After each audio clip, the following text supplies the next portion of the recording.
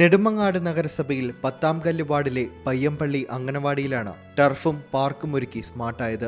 അംഗനവാടിയുടെ ഉദ്ഘാടനം ഭക്ഷ്യ പൊതുവിതരണ മന്ത്രി GR അനിൽ നിർവഹിച്ചു. പച്ച വിരിച്ച ടർഫും ഗോൾ പോസ്റ്റും ഉൾപ്പെടെ വ്യത്യസ്തമായ ഫുട്ബോൾ കളിക്കളം, ശിശു സൗഹൃദമായ വിശാലമായ ക്ലാസ് മുറി, പുറത്തെ കളികൾക്കായി പാർക്ക്, ആധുനിക അടുക്കള തുടങ്ങിയ എല്ലാ സൗകര്യങ്ങളും സ്മാർട്ട് അംഗനവാടിയിൽ ഒരുക്കിയിട്ടുണ്ട്.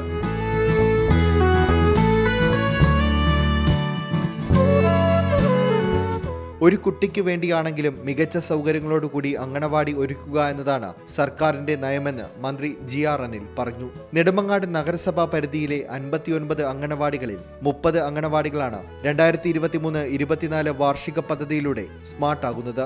സ്മാർട്ട് അംഗനവാടികൾക്കായി 60 ലക്ഷം രൂപയാണ് നഗരസഭ വകയിരുത്തിയിട്ടുള്ളത്. മലയാളം ന്യൂസ്, തിരുവനന്തപുരം. ഏറ്റവും പുതിയ വാർത്തകളും വിശേഷങ്ങളും വിരൽ തുമ്പിലറിയാൻ മലയാളം ന്യൂസ് എല്ലാ ഡിജിറ്റൽ പ്ലാറ്റ്ഫോമുകളിലും ലഭ്യം.